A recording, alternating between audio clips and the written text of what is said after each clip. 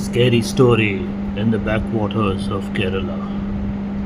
Rishi and family have had a paranormal experience while in the backwaters of Alleppey, and it came as a bolt from the blue.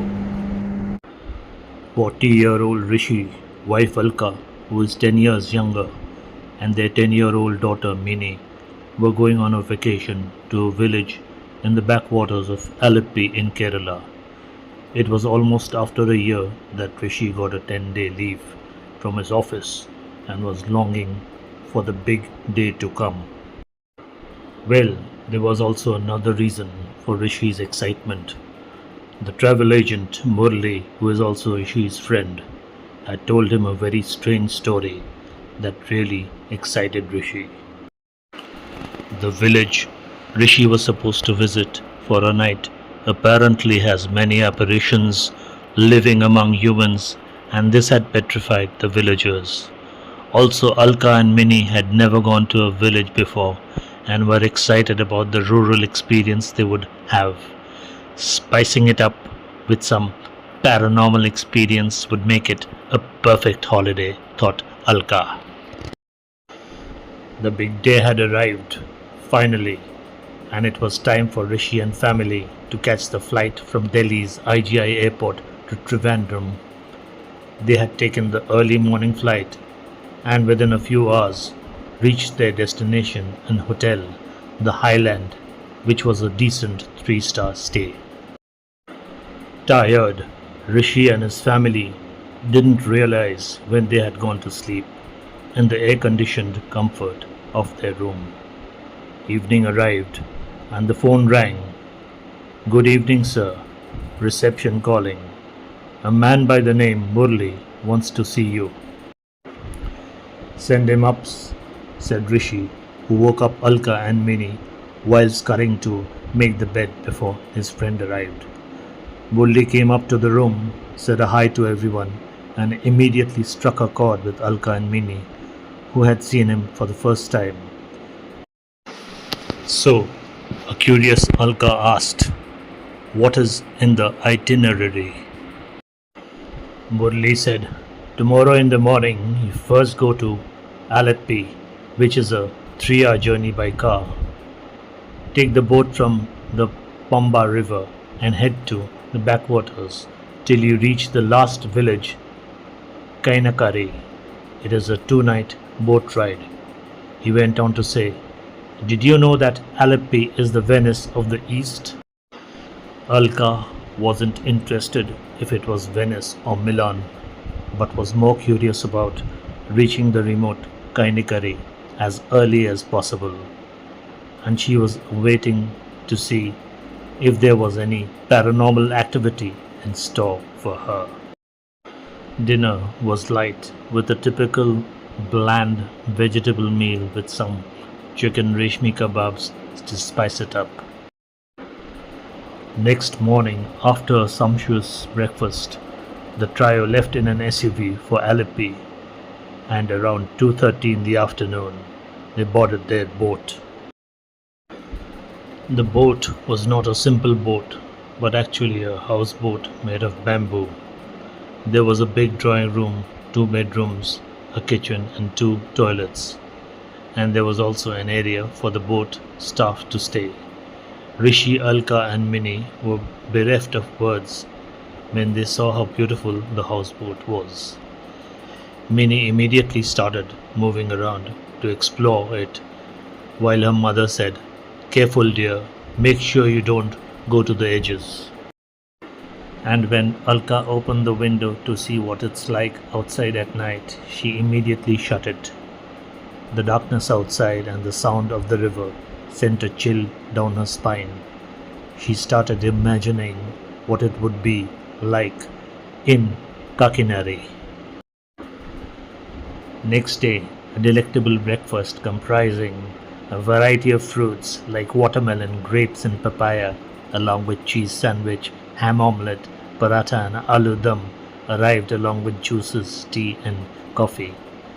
The 2-night cruise was to end at some point, and from there, Kakinari, the mystery village, was a 15-minute journey by road, along with a 15-minute walk Inside the houseboat, besides the motorman, there was a cook and a helper to serve the meals. The helper, Kukunur, was very forthcoming and got Rishi, Alka, or Mini whatever they needed. In fact, around 9 at night, Alka wanted coconut water and Kukunur said, "In a jiffy, ma'am." Alka seemed to hear a splash as if someone jumped into the river, but thought, how can that be? Someone jumping into the river at night. Within a very short time span, Kukunur arrived with a coconut, well sliced, along with a straw and some snacks. The motorman Murli seemed a little strange and kept to himself, while the cook, Raghavan, was one of the oldest staff members and regularly sought feedback from Alka and Rishi on how the food was. "Splendid, especially the breakfast," said Rishi, while giving his thumbs up to the food. Even the lunch was one of its kind. Even on day 2, Kukunur, who was a resident of the mystery village, served to the best of his ability. At one point, Alka was so impressed with his service that she gave him a rupees 500 tip. "Thank you, ma'am," he said, bowing before her. A curious Alka called him again and asked about the mystery village. Kukunur looked at her in silence and then warned her, "Ma'am, just stay away from Savita, auntie, and don't go out at night. You will be safe." He then hurriedly walked out of the room. Early next morning, the boat anchored at a small village, and Alka, Rishi, Mini, along with Kukunur, deboarded. It was to come back the next morning to pick them up again. Kukunur made the transport arrangements, walked with them, and reached the village. In the village, people seemed cold and unwilling to talk. Alka's imagination ran wild. She started getting a feeling that zombies were moving around the village. "Maybe they are real people," said Alka to herself. Murli had made an arrangement where one of the villagers, Karthik, would organize a night stay for the family. Karthik made available a quaint but beautiful cottage for them, as well as domestic help Sarita, who could understand and speak broken Hindi. Sarita made delicious idlis, sambar, vara, and uttapam. In the evening, a strange-looking lady came to meet Sarita. "This is my mother Savita," said Sarita.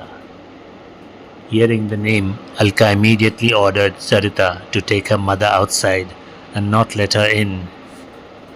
Taking her mother to the next hut, Sarita had a 5-minute talk with Savita before leaving. Savita came back to tell Alka, "If you want to see real ghosts, wait for me. I'll come back at 10:30 in the night and show you." A terrified Alka remembered Kukunur's words, "Ma'am, just stay away from Savita, auntie." Alka didn't know whether to listen to Kukunur or wait for Savita. Exactly at 10:30 p.m., Savita arrived and, according to Alka, she looked as if she was in a trance. Savita held Alka's hand and reluctantly Alka walked with her. Even Rishi and Mini were curious to see what was in store outside, so they followed. About a kilometer away, they saw some people walking aimlessly. Savita told Alka, "These are real zombies, not me. Don't let them know you are here. They could try to harm you." Alka had taken her binoculars, and they walked further and saw someone climbing a coconut tree vertically without any support. Terrified, Alka held Rishi's and Mimi's hands, though it was pitch dark for them to make out who it was. Alka saw through a binocular, and yes, the shirt seemed very familiar. They came back to their hut around 2 a.m. and hid the sack. After all, they would have to head back to their boat early morning the next day. The next day, as they were boarding their houseboat, motorman Mulli and cook Raghavan were already there, and after half an hour, Kukunur arrived. The houseboat headed back, and again Rishi and family got to taste some delectable and sumptuous food. In the evening, Alka again asked for coconut water. Raghavan said there was no coconut inside the boat. A little later, Kukunur came in and said he will get coconut water for her. Alka started trembling when she saw Kukunur's shirt. This was the same man who was walking vertically on the coconut tree last night. As Kukunur left, Alka and Rishi followed him and saw that he jumped into the dark waters. And to their astonishment, he was back with the coconut 5 minutes later.